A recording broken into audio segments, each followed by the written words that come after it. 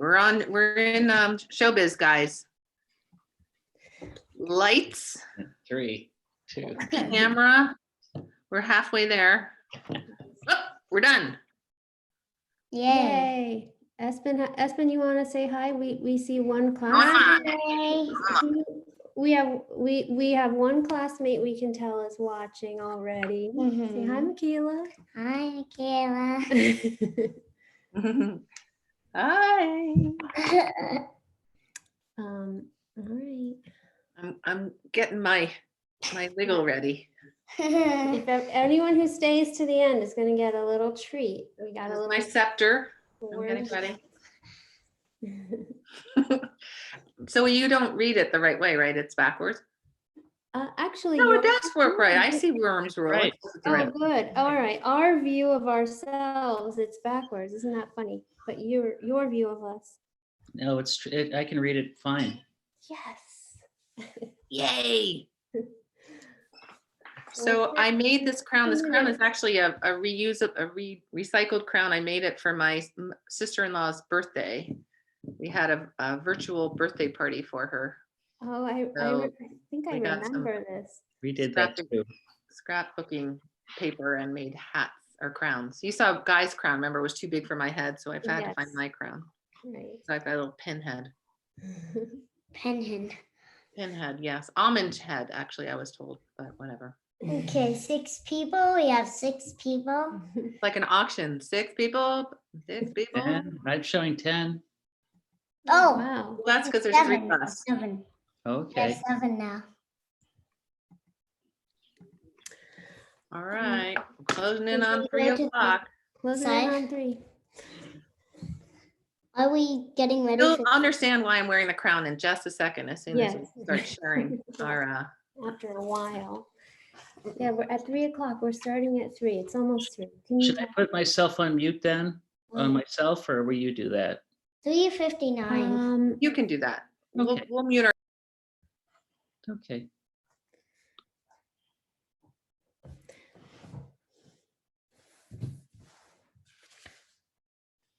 Okay, so it's 3 o'clock. So let's get started. Welcome, everyone. Happy Earth Day. Coincidentally, sort of coincidentally, our neighbors know that we're really into composting, and they left this article in our mailbox that was very fitting. It came from the New York Times just on the 18th of April, written by a woman named Jessica Stolzberg. I just wanted to start with it because it was Amazing. it fit the theme of why we're doing this webinar.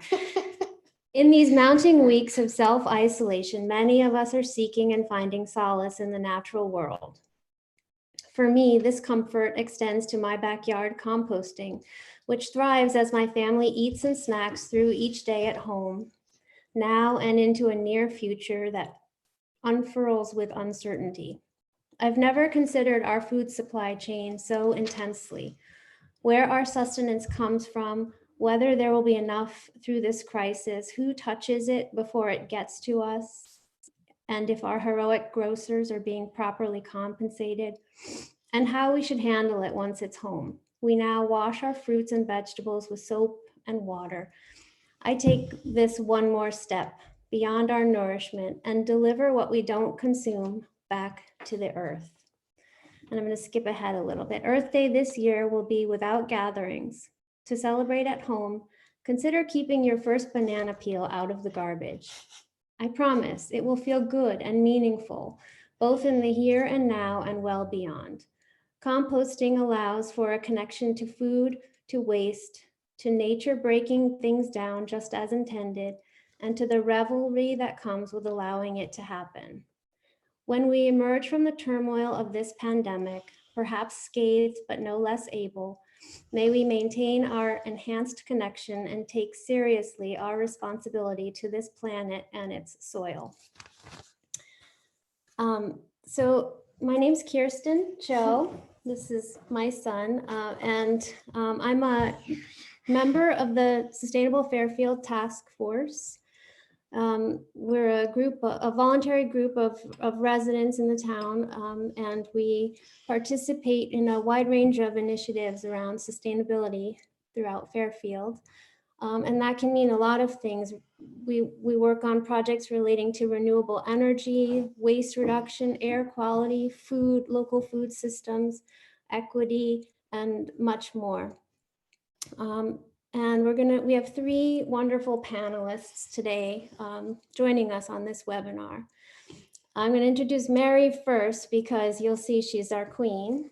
Mary is on the Sustainable Fairfield Task Force with me, and I crowned her the Queen of Earth Day because, well, if you've ever met Mary, you know that Mary is the champion for sustainability initiatives in Fairfield. And she has many worm bins, and she has lots of compost. But Mary and one of our participants who's listening, Larry, are both on the task force and also spearheaded this whole virtual Earth Day idea. We were meant to have an in-person Earth Day celebration at the Y this year that Mary and Larry have been doing for many years, and they really pushed the task force to decide to take this virtually, and everyone rallied around and pulled it together in 10 days, I think. So she is the queen. She also is a Yukon trained master gardener and master composter. So she's going to talk to us about her composting setup. We also have as a panelist Dan Martins. Dan is also a Fairfielder and master composter, and he's got some an exciting vision to share for what could be in the world of food waste recycling and what is already happening in other parts of the world. And last but not least, we have my son. What's your name? Espen. Espen. And Espen is a budding vermicomposter. That's a word that you'll get familiar with today, vermicomposter. And our hats are a little clue for what that word might mean. And he's going to show you his setup at home. So with that, I'm going to start sharing my screen, which has some slides, and Mary, you can take over. For the first part, Yes. not for the whole thing. Okay. Present. Yeah, sorry. There we go. There we go. Finally. Yay. Yay. Okay, so there we are. So we're going to talk about composting with my special friends Esben and his worm friends and Dan Martins. So next. So there's several different kinds of composting. There's aerobic composting, which, as you can see down below, means it's related to involving or requiring free oxygen, which is what the Oxford Dictionary says. So it means that you need air. And this is the kind of composting that you do at home in your backyard bin or compost pile. And it's usually the kind of composting that they do in commercial composting facilities, but not always. So there are four things that you need to have when you're composting. You need to have 3-to-1 browns, which are the dry components. Those are the carbon components, and to every 1 greens or wet or nitrogen components by volume or by site. And I'm very loosey-goosey about this stuff. And that's how you can be when you're at home. When you're in the commercial industry, it's a science and you have to be very specific. But when you're at home, as my sign or my scepter said, compost happens. So it's going to happen whether you do it right or wrong. So you need airspace, which is oxygen, and you need moisture. So really what you need in your compost pile is what you need for yourself. You need food, and for your energy source, you need oxygen, and you need water or moisture, and you need some patience.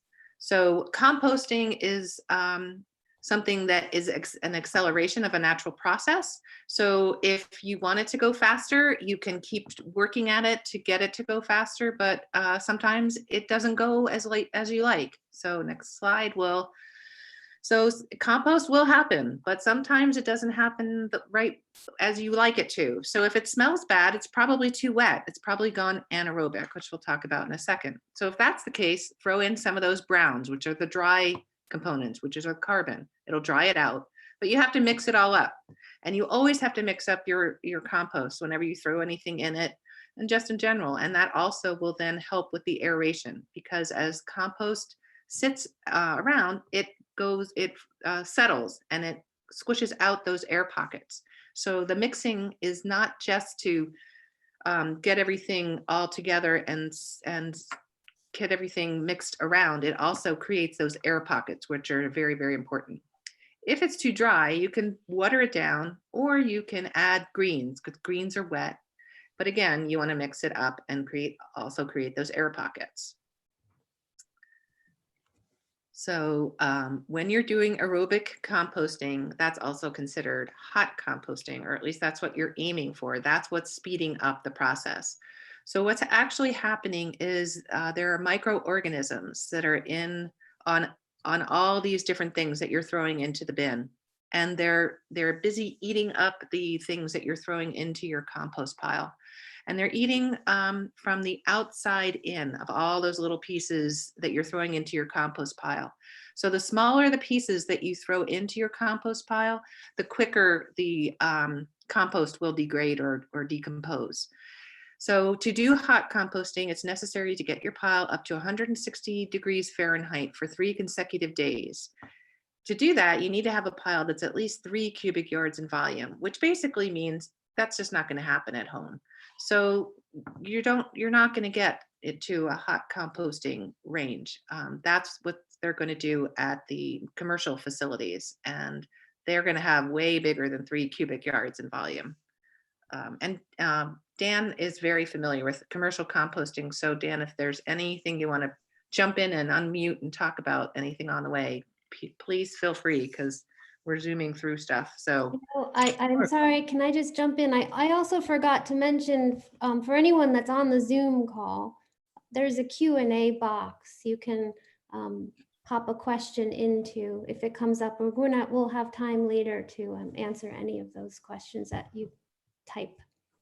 okay, thank you. That's a good point. Oh, did you want to mention anything, Dan, about the hot composting or aerobic composting?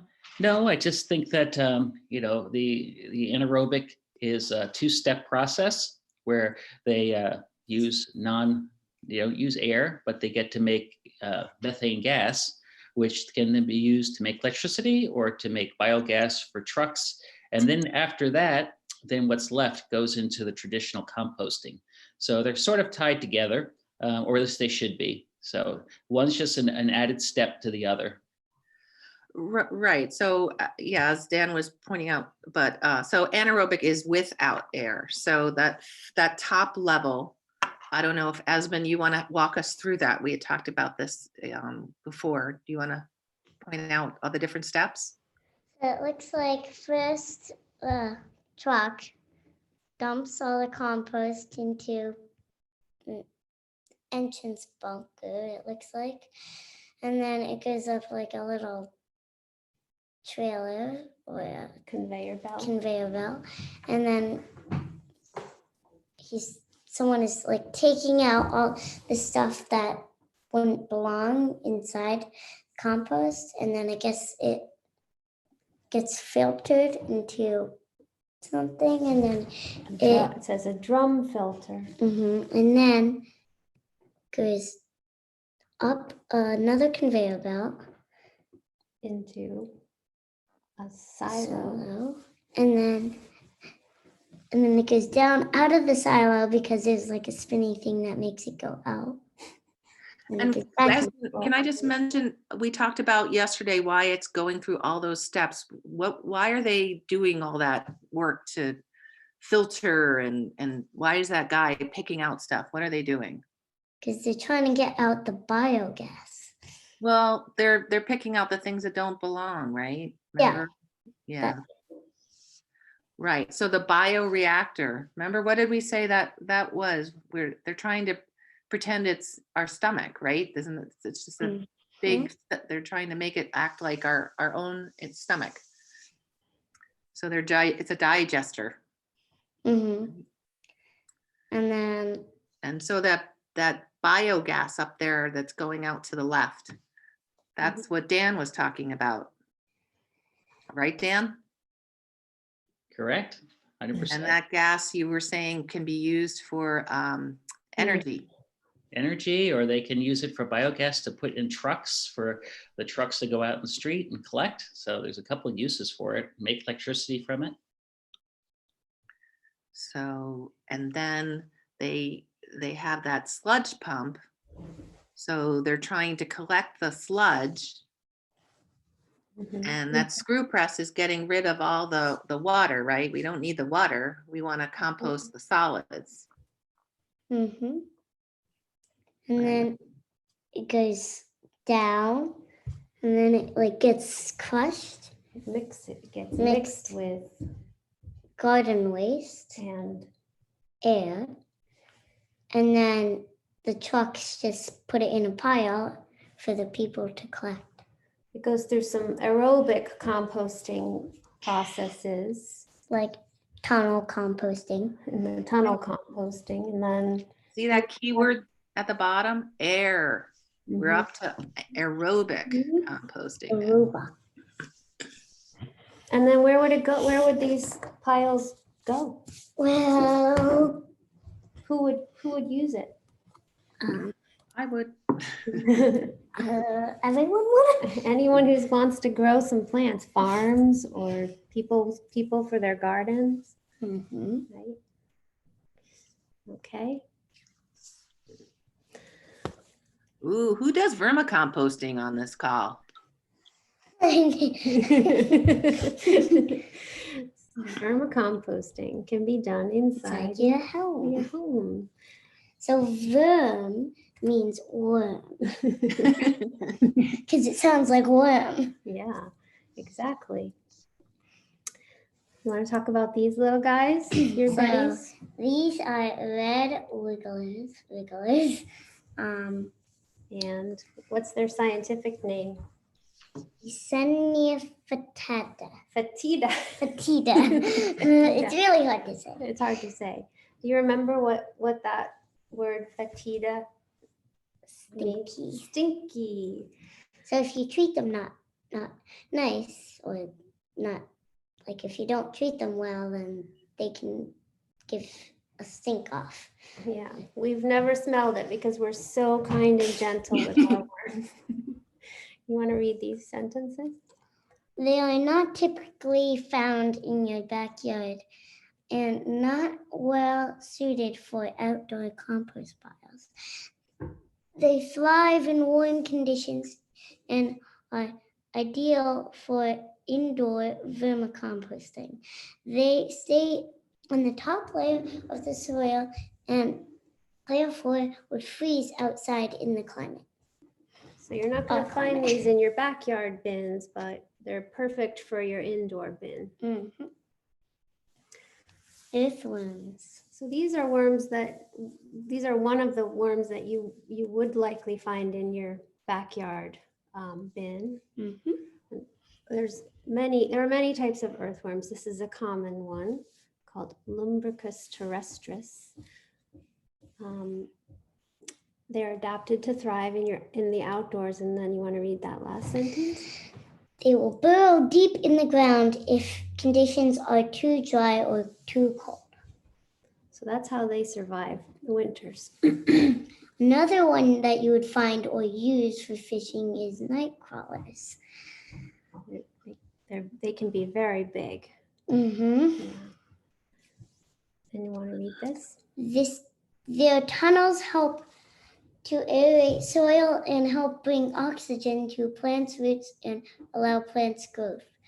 They will burrow deep in the ground when temperature climb over 65 degrees Fahrenheit. Oh, they don't like it too hot, huh? No.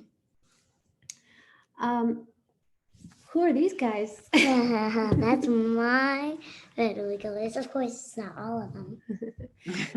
So we're gonna, these are just some of Espen's worms. Yes, we're gonna take a look at his setup. So I'm gonna stop sharing my screen now, and then Espen will walk you through his worm setup. Might be helpful to be on speaker view for this if you're on Zoom, so it's big enough for you to see.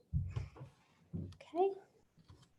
So what's that green thing, Espen? So this is our bin, Worm bin, yeah? and it has these holes for ventilation. Mm-hmm. And inside here, you can see looks regular, just like regular dirt. And You want to show how you feed them? so if you want to feed them, you just dig a little hole, and then you can just take a scoop of some food scraps and just pour them in, just like that. And then cover it back up. So we tend to try to chop our food scraps up into little pieces to increase their surface area and help them break down faster so that the worms can get to work on the bacteria. Oh, Espen, take a sniff. Is your bin stinky? Not really. It What is smells actually sweet. It smells a little sweet. It smells like candy sometimes. Smells That's a like good worm. candy. Yes, that's great. We usually keep our worm bin in the basement because the conditions down there are kind of perfect. They like the dark and they like cool temperatures, right? But we brought it up here so that it would be a little bit easier to see in the light of our dining room. Oh, you want to talk about that? So this is one of our trays. And you can see that it has a grid. So the grid is for, so if there's like, so you can have the grid so there is food on the top. Or if there's food on the bottom, then they finish on that, then all the compost is down there.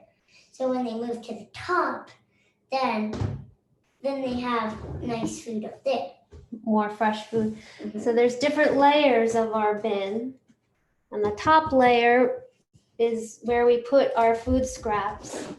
And as the top layer starts to turn more from worms and food scraps into nice vermicompost, Then they move down. then we'll put a new tray up on top. There's our older tray. That is a nice tray of vermicompost.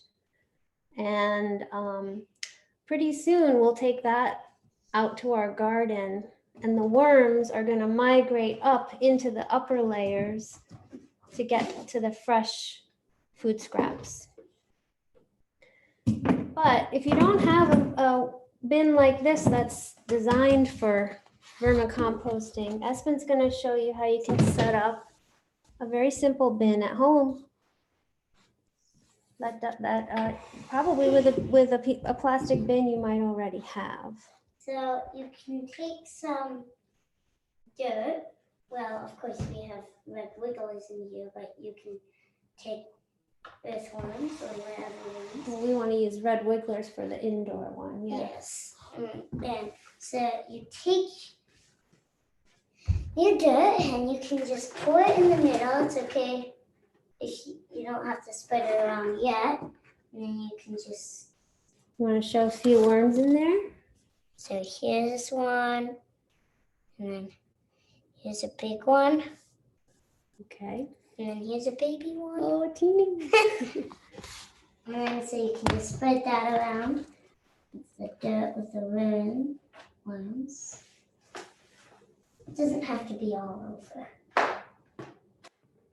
There's your scraps. Got some food scraps.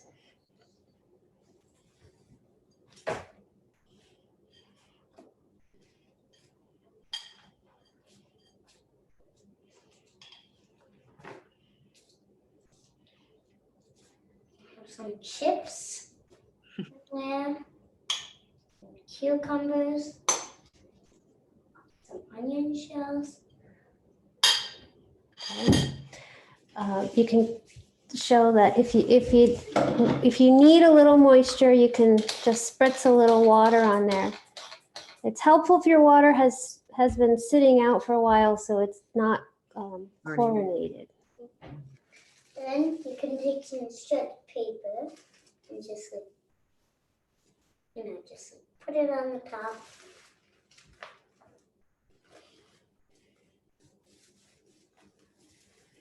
Shredded paper is good bedding, and it helps keep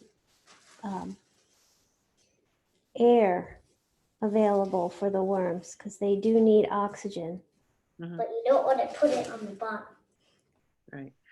And it's also a great biofilter, which is a fancy way of saying it will keep anything that is stinky kind of in underneath it, so that it'll not smell up wherever you keep your bin. So while Espen's finishing that up, we also prepared, we thought it would be interesting to show a little bit closer up, if we can, some of his worm. When you have a worm bin, and well, let me back up. We got our worms from Mary, these red wigglers. But what's fun is they come in and they're very prodigious reproducers. So right in your bin, they're going to start reproducing, and you will see all the stages of life. And here's some eggs. Let's move this. It's hard for me to tell if you can see that. You could pull it back. Pull it back more. Yeah, there you go. There you go. So these little yellowish things here, they look like teeny tiny lemons. Those are the eggs of the red wigglers. And I wanted to show you some teeny babies. Of course, they're hiding in this pile of If you want, I can get some. vermicompost. Oh, look, that one's crawling out right now. Move your fingers so they can see. There's one. Ah, okay, let's just keep it on the. There's a teeny weeny one. Wait, cute. What's its name, Espen? Which one is that? Wait, I think that is The chart is there. Baby Victor, which is Vic and Vax baby. Vic and Vax baby Victor. Mm-hmm. And now we also, in this, here, hang on a second. You want to hold your hand out, Wei? Here's an adult one. There's a nice big one. Little, oh, wow. Is that Vic back? Wait, let me see. I know it's not July because she's huge. We didn't find her today. Maybe she's it. It's Johnny. Johnny is the second biggest. Okay, it's Johnny. He is long. He's gonna have a baby one day. Why don't you put Johnny back in one of your bins? Okay, Okay, we'll go back to our slides now. Someone asked if the paper was recycled paper. So what we used is regular office paper, shredded. Office. Okay, we're gonna start sharing our screen again. No, not that. Where's our slideshow? We're gonna have our slideshow in about. There it is. There we go. Okay, so we have some questions of yours that might be answered, but if they don't get answered, feel free to let us know. We kind of talked about this, why you'd want to set up vermicomposting indoors. Your outdoor bin, does it work very well in the winter?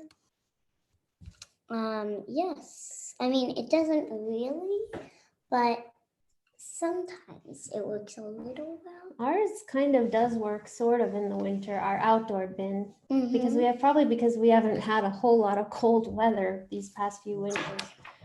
But typically what happens is the worms burrow down deep where it's warmer, and they're not in your bin working on your food scraps. So if you want to compost in the winter, indoors Well, is like, the outdoor bin is it's the bacteria that's doing the composting, and they're going dormant. So it's too cold for them to really break down the compost. So that's what's slowing down. we talked about number two too. What kind of worms are best? The red wigglers. And where do we get them? Well, we got ours from Mary, but Mary will talk about where she got hers from. In a few slides ahead. Yeah. something. We'll have a drum roll when we see that slide. And anybody who's listening and knows us, we'd be happy to give you some of our red wigglers if you want to start a bin. Mhm. What kinds of food scraps can I compost in a worm bin, and how to keep it from being stinky? Well, Mary talked about the biofilter, and that's part of how you keep it from being stinky. Mhm. You also want to keep it from getting too wet to keep it from being stinky. But what kind of food scraps do we put in? Well, we put in like, I would say, Vegetable peels? yeah, Fruit. not banana peels. Banana peels you can, however, what did Mary tell us you have to do first? Freeze them. Freeze them first so that you don't get fruit flies. You Right. want to kill the fruit fly larvae before you put them in. I learned the hard way. And what did we talk about freezing in general? What does that do to the food? Do you remember? Are you listening to the question? Mhm. Do you remember? I remember. No. It starts the process of the food breaking down faster, so that kind of speeds it up, so it's ready for the worms, right? Yeah, it really beats up the cells of the food scraps. Mhm. It destroys those cells. So when they start to then defrost, they're really, really broken down. So the bacteria